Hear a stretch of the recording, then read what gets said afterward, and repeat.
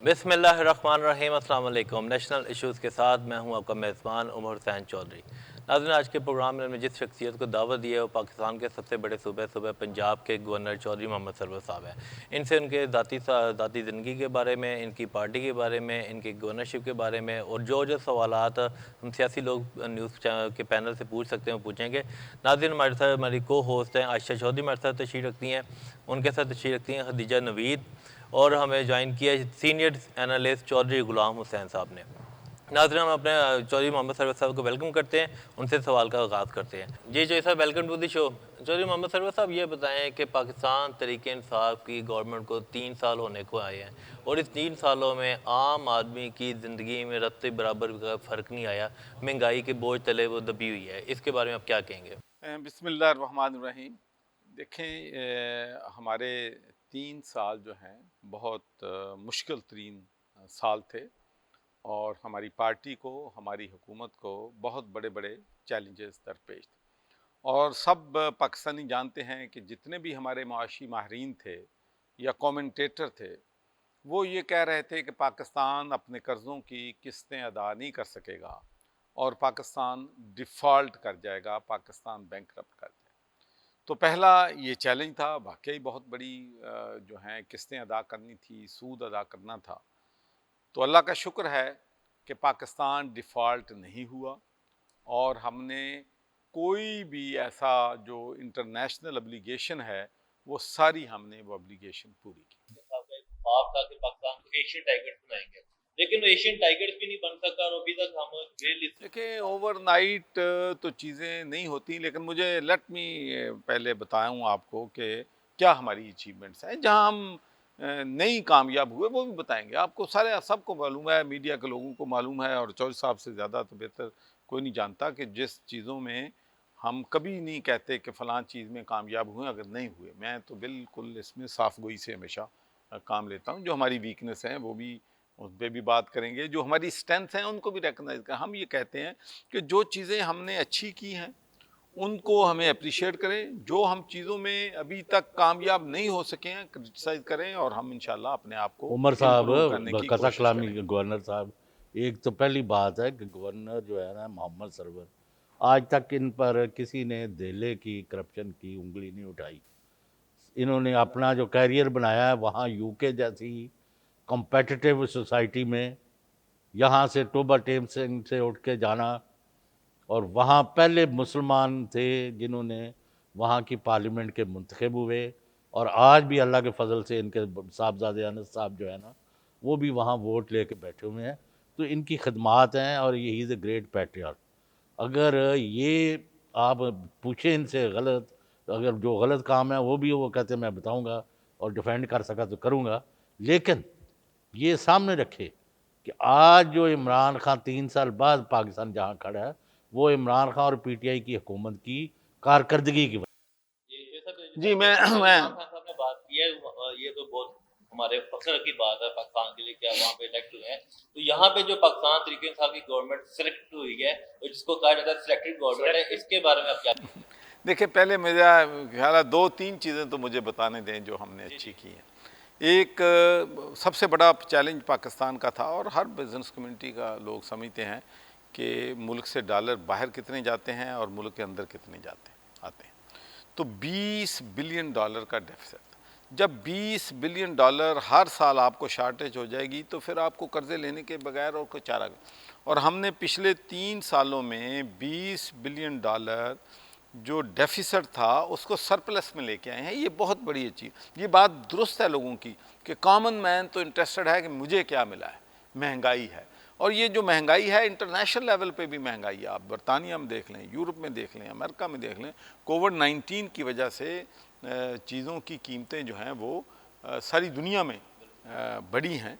लेकिन इसका मतलब ये नहीं है कि हमें अपने जो हमारे मुल्क के गरीब लोग हैं, हमें उनके बारे में सोचना है कि किस तरीके से हम जो उनकी बेसिक नीड्स की चीज़ें हैं वो हम डिस्काउंटेड प्राइसेस पे या उनको किस किस्म का रिलीफ दे सकते हैं जिससे महंगाई जो है वाकई एक असर कर रही है। लेकिन आप देख लें कि एहसास प्रोग्राम है, 50,000 बच्चों को स्कॉलरशिप दिए जा रहे हैं। फिर आपने देखा कि कोविड-19 के दौरान तकरीबन पौने 200 अरब रुपया गरीब और मुस्तक लोगों को बिला तफरीक कि उनका किस मज़हब से ताल्लुक़ है, किस बरादरी से ताल्लुक़ है, किस सूबे से ताल्लुक़ है, किस सियासी पार्टी से ताल्लुक़ है, बिला तफरीक उनको पैसे दिए गए ताकि अपने लोगों के घरों के चूल्हे जो हैं जल सकें। फिर उसके बाद जो देखें, सबसे बड़ा मैं समझता हूँ कि सोसाइटी में मसला है कि जब एक गरीब आदमी बीमार होता है तो उसके पास पैसे नहीं होते कि अस्पताल में अपने बच्चे को दाखिल करवाए या ऑपरेशन करवाए। और अब आप देखेंगे कि एंड ऑफ दिसंबर तक हेल्थ कार्ड इशू हो जाएंगे, तो कम से कम कोई गरीब आदमी इस वजह से कि उसके पास ऑपरेशन के पैसे नहीं थे, इलाज के पैसे नहीं, तो वो मौत का शिकार। तो बहुत सी अच्छी चीज़ें हमारे दौरान हुई हैं। खदीजा नवीद वापस बात करना चाह रही हूँ। सर, पिछले 3 सालों में पीटीआई हुकूमत ने ज़िमनी इलेक्शन में नाकामी देखी है, ये क्या जाहिर करती है? ये दो चीज़ें ज़ाहिर करती है। एक तो ज़ाहिर करती है कि हमने जो है अपना जो पावर होती है वक़्त धांधली नहीं की हुकूमत थी। के पास, वो हमने धांधली नहीं की या हमें करनी नहीं आई। तो करनी नहीं आती। तो एक तो ये भी एक इशू है। और पहले आप सबको मालूम है कि जब किसी जगह पे ज़मीनी इलेक्शन होते थे तो अरबों रुपए के वहाँ पर प्रोजेक्ट बनने शुरू हो जाते थे, सड़कें बननी शुरू हो जाती थी, गैस की सप्लाई। अब मीडिया भी विजिलेंट है, इलेक्शन कमीशन भी विजिलेंट है। तो अब वो अब्यूज़ ऑफ पावर जो है वो मीडिया भी नहीं करने देता और वो जो है इलेक्शन कमीशन में नहीं करना। और दूसरा ये है कि जितनी सीटें भी हमने हारी हैं वो पहले ही नून के पास थी, कोई ऐसी कोई सीट नहीं है। नहीं, हमने यहाँ पर असद कैसर, असद खोखर जो कि 25,000 वोटों से वो सीट हमने हारी थी। लाहौर में हमने सीट जीती है। बाकी जहाँ तक रहा वज़ीराबाद का तल्लक या दूसरे पंजाब में जो सीटें, मैं पंजाब की सीटों की बात कर रहा हूँ, तो पंजाब में हमने कोई ऐसी सीट नहीं हारी जो हमारी पहले थी। वो सीटें पहले नून की थी और नून ने जीत ली। और फिर मैं आपको ये बता दूं कि पहले 2-3 साल पूरी दुनिया में आप देख लें कि चूँकि पहले 2-3 साल मुश्किल फ़ैसले होते हैं, इकॉनमी को सीधा करना होता है, हालात को सीधा, तो कोई भी हुकूमत पहले 2 साल जो है बहुत अनपॉपुलर होती है और उसके बाद जब डिलीवरी शुरू होती है तो चीज़ें बेहतर होना। मसला हमारा डेवलपमेंट बजट जो है माशाल्लाह पिछले 3 सालों में इतना नहीं था जितना इस साल हमारा डेवलपमेंट बजट है। तो चीज़ें बेहतर हो रही हैं, रेवेन्यू पंजाब का बेहतर हो रहा है। जहाँ तक मेरे अपने जॉब से ताल्लुक़ है वो मैं आपसे कहना चाहता हूँ कि मैं चांसलर हूँ तमाम यूनिवर्सिटीज़ का और मैं समझता हूँ कि मैंने एक ऐसा ट्रेंड यहाँ पर लाया है कि यहाँ पर कोई वाइस चांसलर सिफारिश पे नहीं लगता, कोई डीन सिफारिश पे नहीं लगता, कोई कंट्रोलर्स का जो है सिफारिश में नहीं लगता, रजिस्ट्रार नहीं लगता। तो ये चीज़ें हमने मेरिट यूनिवर्सिटियों में लेके आए हैं जिसकी वजह से यूनिवर्सिटियों की तालीम में और मियार में जो है बहुत इजाफा हुआ है और हमारी यूनिवर्सिटी टाइम्स में इंटरनेशनल जो रैंकिंग है उसमें टॉप 500 यूनिवर्सिटीज़ में पाकिस्तानी की यूनिवर्सिटियाँ अब शामिल हैं। इसलिए कि हमने जो है अपॉइंटमेंट जो है उनकी मेरिट की। फिर आपको मालूम है कि पीने का साफ़ पानी बहुत बड़ा चैलेंज है पाकिस्तान के लिए। 70 सालों में कोई भी हुकूमत लोगों को पीने का साफ़ पानी नहीं दे रही और अब माशाल्लाह मैं बड़े फ़ख्र से ये बात कहता हूँ कि पंजाब आब पाक अथॉरिटी दिसंबर के एंड तक 76 लाख लोगों को पीने का साफ़ पानी हम पहुंचा देंगे। और उसके अलावा हमारी जो एनजीओज़ हैं, हमारी जो सिविल सोसाइटी है, हमारे जो मुखय्यर हजरात हैं, वो भी हमारे साथ अब तावन कर रहे हैं, वो देख रहे हैं कि हम काम कर रहे हैं। तो आप देखेंगे कि इंशाल्लाह इतने ही लोगों को 75 लाख लोगों को हमारे एनजीओज़ पंजाब में पानी प्रोवाइड करेंगे। तो हम 1.5 करोड़ लोगों को पीने का साफ पानी एंड ऑफ दिसंबर तक इंशाल्लाह। लोगों में काफिल पाए जाते हैं और आप ऑपोजिशन यहाँ पे मेरिट की बात होगी, वहाँ अगर मेरिट पे काम नहीं हो रहा या सिफारिश से काम नहीं हो रहा तो वहाँ पर करप्शन बढ़ जाती है, वहाँ पे लेन देन बढ़ जाता है। तो क्या आप इस बात से मत? देखिए जी, मैं तो इस बात पे मैं बिल्कुल क्लैरिटी है कि दो चीज़ें जो हैं मैं समझता हूँ कि पाकिस्तान की तरक्की की राह में सबसे बड़ी रुकावट है। सबसे बड़ी रुकावट यह है कि मेरिट जो है उसको 100% जब हम मेंटेन करेंगे तो चीज़ें बेहतर होंगी। हमारे रिसोर्सेज हमारे पास इतने नहीं हैं यूनिवर्सिटीज़ के पास, ना हमने इन्फ्लेशन के हिसाब से रिसोर्सेज में इजाफा किया, लेकिन हमारी यूनिवर्सिटीज़ की परफॉर्मेंस बेहतर हो गई है इसलिए कि हमने नहीं, वो वाइस सारा बाकी चांसलर चीज़ों का भी पूछ मेरिट रहे पे लगा। उसी तरफ भी आते हैं। ठीक है जी, वो मेरिट पे हमने लगा दी। पानी पीने का साफ, आप अंदाज़ा कर लें कि 1.5 करोड़ 2 करोड़ रुपए में फिल्ट्रेशन प्लांट लगता था ये तमाम तो शहरों वैसे में, और हम 30 लाख में लगा रहे हैं वो, इसलिए कि वहाँ पर गवर्नर ट्रांसपेरेंसी है, साहब अकाउंटेबिलिटी है, वहाँ पर कोई रिश्वत नहीं है, वहाँ कोई कमीशन नहीं है। तो ये कथा चीज़ें, कलामी और माफ एक बात कह ली, सब एक सिर्फ सुन लें, हमारा सबसे बड़ा इस मुल्क का जो सबसे बड़ा चैलेंज है कि हमारी पर्सनैलिटीज़ जो हैं, शख्सियात जो हैं, वो अदारों से ज़्यादा ताकतवर। जब तक हम इसको रिवर्स नहीं करेंगे कि अदारे पावरफुल हो, लेकिन आप सियासी जमातों को देख लें, उसमें भी शख्सियात पावरफुल। पीपल्स पार्टी क्या है, बिलावल भुट्टो को निकाल दें तो पीपल्स पार्टी ज़ीरो है, नवाज शरीफ को निकाल दें तो नून ज़ीरो है, इमरान खान को निकाल दें तो वो पीटीआई ज़ीरो है। कोई दुनिया का ऐसा मुल्क है मुझे बता दें कि एक बंद पर्सनैलिटी चले जाए, वहाँ तो 4 साल से ज़्यादा लीडर ही नहीं रहता। इलेक्शन हारता है तो लीडर तब्दील हो जाता है, फिर इलेक्शन हारता है तो लीडर लेकिन तब्दील कथा हो जाता है। कलामी ये आयशा, उमर और खदीजा, ये एक फैक्ट है, मैं रिकॉर्ड पर कर रहा हूँ आपके चैनल के वसासत से, कि जितना एम्फसिस, जितना इन्होंने जोर साफ पानी का जो है ना, पीने के साफ पानी पर दिया है, ये hats off to Chaudhary Mohammad server.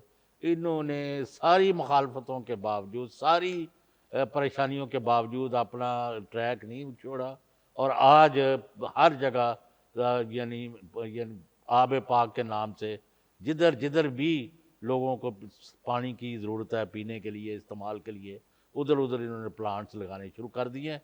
और जब ये लग जाएंगे तो इससे मुल्क में एक हेल्दी और सेहतमंद मुआशरा और बीमारियों भी कमी होगी। और तो ये इंशाल्लाह, आपका ये नहीं, थैंक यू। हालांकि जो आपको तकालीफ बीच में आई हैं वो मैं नहीं जिक्र करूंगा, but you have done it. और मैं आपको बताऊं कि इतने माउंटेन्स टू क्लाइंब था, इतने बैरियर से, इतने हर्डल से, इतनी मुखालफत थी कि मैं आपको बता नहीं सकता। I put my job online to challenge the bureaucracy कि भाई नहीं चलेगा, आप कैसे रोक सकते हैं एक नेकी का काम होते हुए। तो तब जाके माशाल्लाह, कल मुल्तान में जा रहा हूँ चौधरी साहब, अल्लाह के फजल करम से वहाँ 15-16 फिल्ट्रेशन प्लांट्स की वहाँ पर हम ओपनिंग कर रहे हैं। और वो भी मैं बताऊँ, वो हमें यूनिसेफ वालों ने हमें अप्रोच किया, उन्होंने कहा हमारे पास $50,000 है, हम 2 महीने में खर्च करना चाहते हैं कि हमारा फाइनेंशियल ईयर एंड हो रहा है।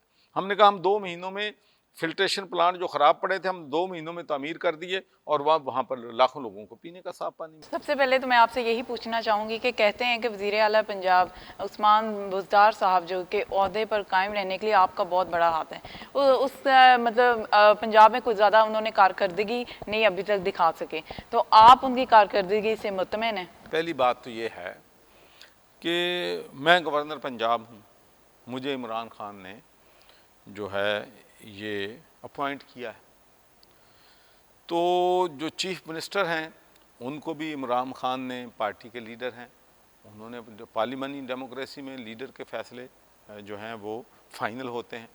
तो मुझे तो असम्बली में भी नहीं जाना पड़ता, मुझसे एमपीए नाराज़ हो जाए ना हो कोई फ़र्क नहीं पड़ता, लेकिन अगर वो उनकी परफॉर्मेंस ठीक नहीं है तो जो हमारी प्रोविंशियल असम्बली है वो प्रॉपर उनका जो है उस पर पूरा उनको हक़ हासिल है।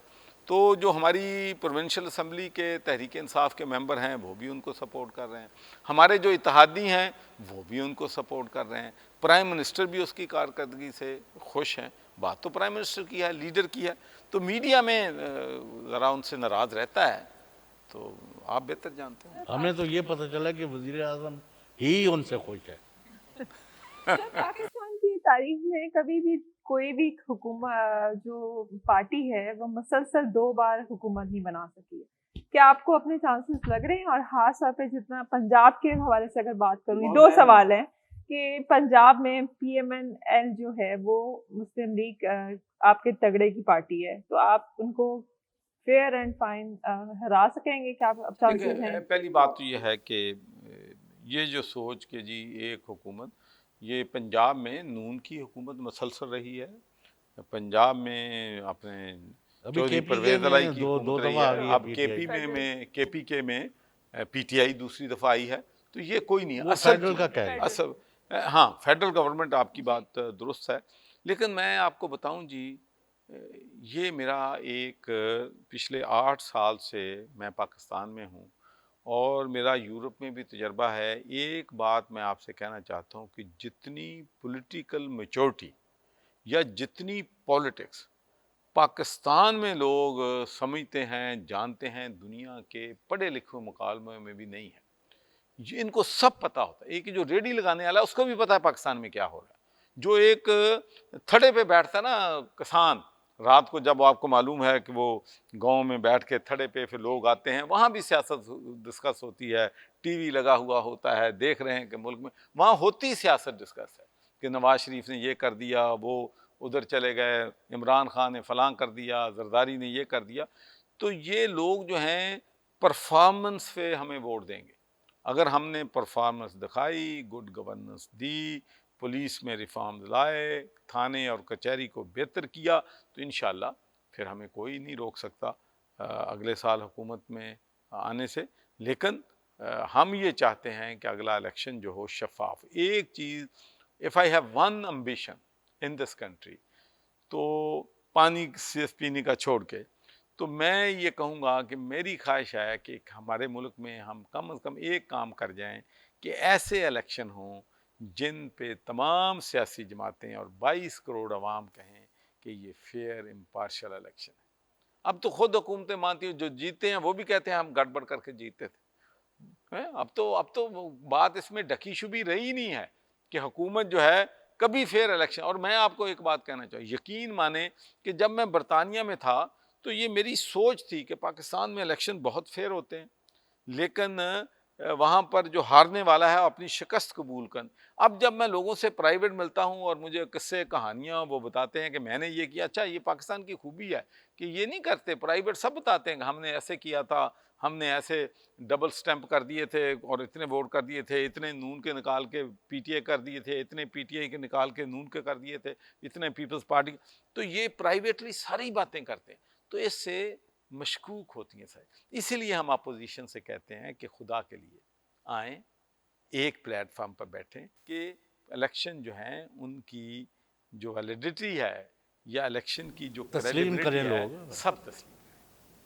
सर जैसा अमेरिका जो है मतलब अब वापस जाने की तैयारियां कर रहा है या हो भी जाएंगे, 50% वो वहाँ से जा चुका है, तो वो ना तो ये जंग जीता है ना वो हारने की पोजीशन में है। लेकिन उसके साथ जो है अफगानिस्तान में अभी तालिबान का जोर जो है वो मजबूत होता जा रहा है। तो क्या हम फिर से उस दौर में तो नहीं वापस जाएंगे जहाँ दहशत गर्दी का बहुत ज़्यादा खतरा था? तो क्या पाकिस्तान को कोई रिलीफ मिलेगा या नहीं? देखिए, ये बहुत अहम सवाल आपने उठाया है। पहले तो मैं यूनाइटेड स्टेट्स ऑफ अमेरिका में था और वहाँ पर हर American politician, congressman, congresswomen, mayor, जिससे भी मिला हूँ, सब जानना चाहते थे कि अफ़गानिस्तान में क्या हो रहा है, अफ़गानिस्तान में क्या। पहली बात तो यह है कि पाकिस्तान ने नेगोशिएशन जो हैं, उनके मुज़ाकरात जो हैं, उनको कामयाब करवाने के लिए अपना एक अहम रोल जो है अदा किया और तालिबान को तैयार किया कि वो अफ़गान हुकूमत और अमेरिका के साथ डायलाग करें, मुज़ाकरात करें ताकि इस मसले का हल निकले। दूसरा ये है कि वहाँ पर अमन होना, पीस होना, स्टेबिलिटी होना पाकिस्तान के मफाद में है। पाकिस्तान ने सबसे ज़्यादा सफ़र किया है because of this conflict in Afghanistan. तो हमारे इंटरेस्ट में है कि वहाँ पर अमन हो। जहाँ तक तालिबान को शिकस्त देने का तल्लक है, अफ़गान को शिकस्त देने का तल्लक है, बरतानिया ने पूरी दुनिया पे कब्ज़ा किया।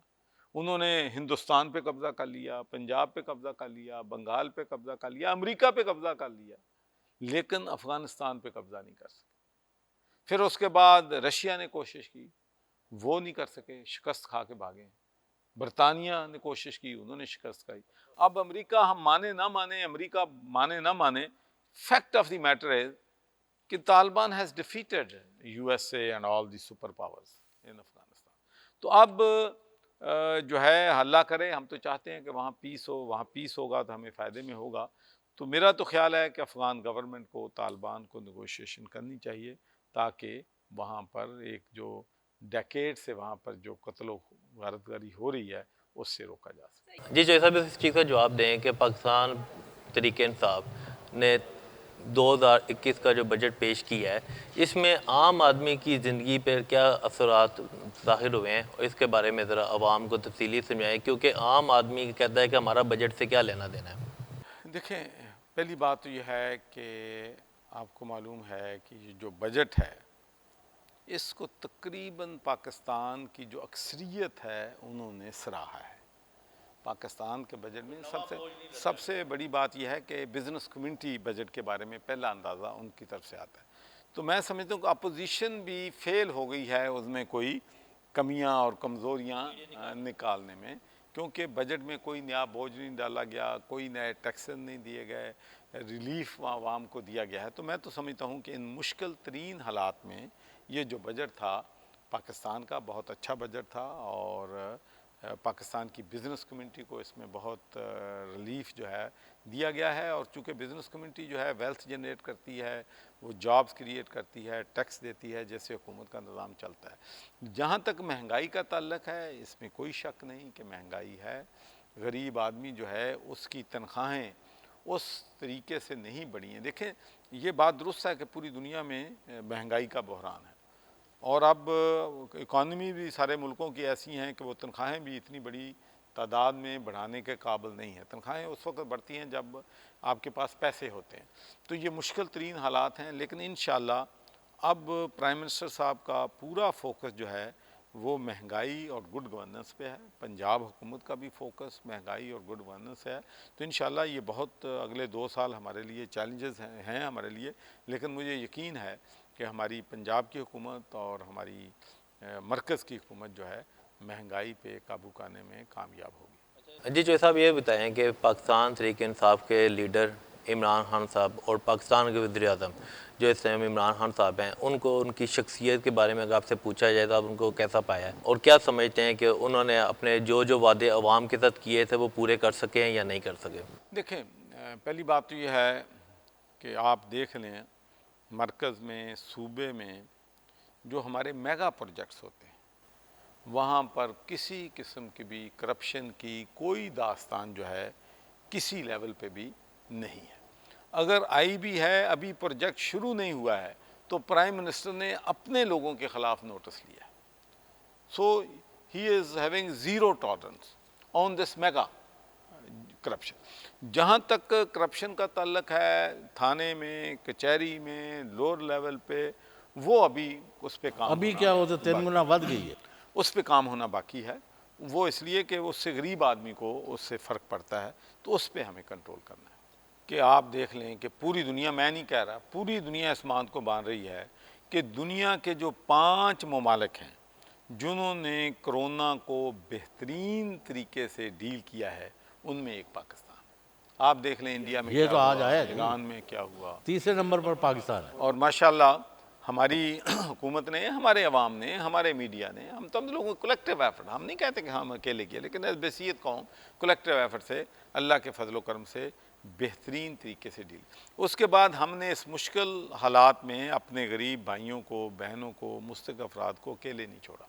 हमारे NGOs ने काम किया, हमारे मुखय्यर हजरात ने काम किया, हमारी हुकूमत ने काम किया, और हमने इस मुश्किल वक़्त में लोगों को अकेले जो है वो नहीं छोड़ा।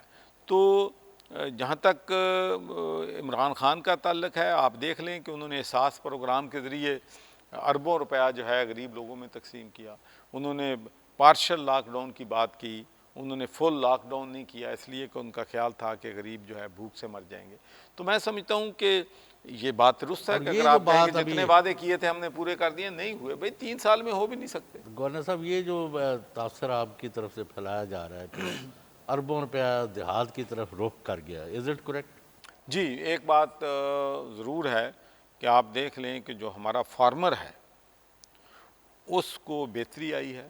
आप देख लें कि गंदम, जो कि बारदाना लेने में उनको डिफ़िकल्टी थी, बारदाना नहीं मिलता था जब तक वो पैसे ना दे, फिर उनको कोई गंदम ख़रीदने वाला नहीं होता था। अब 1800 रुपये में गंदम ज़मींदार ने बेची। फिर उसके बाद गन्ना है, गन्ना 180 रुपये कंट्रोल रेट था और 140 रुपये में मिलें नहीं खरीदती थी, और 6-6 महीने, 1-1 साल उनकी पेमेंट नहीं कर। तो हमने आर्डिनेंस निकाला है और कहा है कि जो नहीं देगा उसके खिलाफ सख्त एक्शन लेंगे। अब लोगों ने गन्ना 200 रुपये मन भी बेचा है, 300 रुपये तक भी बेचा है। तो यकीनी तौर पर हमारा किसान जो है वो खुशहाल हुआ है। और हमारा अब फोकस जो है वो क्वालिटी ऑफ सीड पे है, हमारा फोकस जो है पेस्टिसाइड पे है, हमारा फोकस जो है फर्टिलाइज़र पे है, हमारा फोकस जो है काश्तकारों को हम क्रेडिट कार्ड दे रहे हैं ताकि वो किसी जो जगह से प्राइवेट आधार न लें, या जो जहाँ पर गला मंडी सूदखोरों में वो के जाते हाथ में हैं चढ़े। ताकि वो अपना जो है वो जो गवर्नमेंट देगी उनको उस वहाँ से अपना क्रेडिट इस्तेमाल कर लें, जब उनके पास पैसे हों वापस दे दें, तो इंशाल्लाह इनसे हमारा किसान। सर, ये जो पीटीआई पे फॉरवर्ड ब्लॉक बनने जा रहा था जो कि रोक दिया गया है, क्या आप उसमें आपने अपना कोई किरदार अदा किया था? देखें, पहली बात तो यह है कि पीटीआई में कभी भी फॉरवर्ड ब्लॉक जो है वो नहीं बनने जा रहा था। वो तो जहांगीर तरीन साहब के ख़िलाफ़ कुछ मुकदमात थे, उसके पहले अलीम ख़ान साहब के ख़िलाफ़ थे, उसके पहले उसके बाद अपने सब्तैन ख़ान के ख़िलाफ़ थे। तो जब सब्तैन ख़ान देखें, एक फैमिली है, पीटीआई भी एक फैमिली है। अगर फैमिली में किसी शख्स को तकलीफ़ में आता है तो कुछ एमएनए एमपी उसकी खबर लेने जाते हैं, उनसे ये सॉलिडारिटी शो करने चाहते हैं, तो इसको आपने फॉरवर्ड ब्लॉक कह दिया। उन्होंने एमएनए एमपी ने कहा कि हम इमरान खान के साथ हैं, कभी जहांगीर तरीन ने नहीं कहा कि मैं पार्टी छोड़ रहा हूँ। तो ये तो ज़्यादा एग्जैजरेट चीज़ें हुई हैं, तो ऐसी कोई बात। जी, चौधरी मोहम्मद सरवर साहब का बहुत बहुत शुक्रिया हमारे प्रोग्राम में आने का और हमारे सवालात का जवाब देने का। नाज़रीन, आज के प्रोग्राम से हमें आज इजाज़त दीजिए। मैं आयशा चौधरी, हदीजा नवीद और हमारे सीनियर एनालिस्ट चौधरी गुलाम हुसैन साहब आपसे इजाज़त चाहते हैं। अल्लाह हाफ़िज़।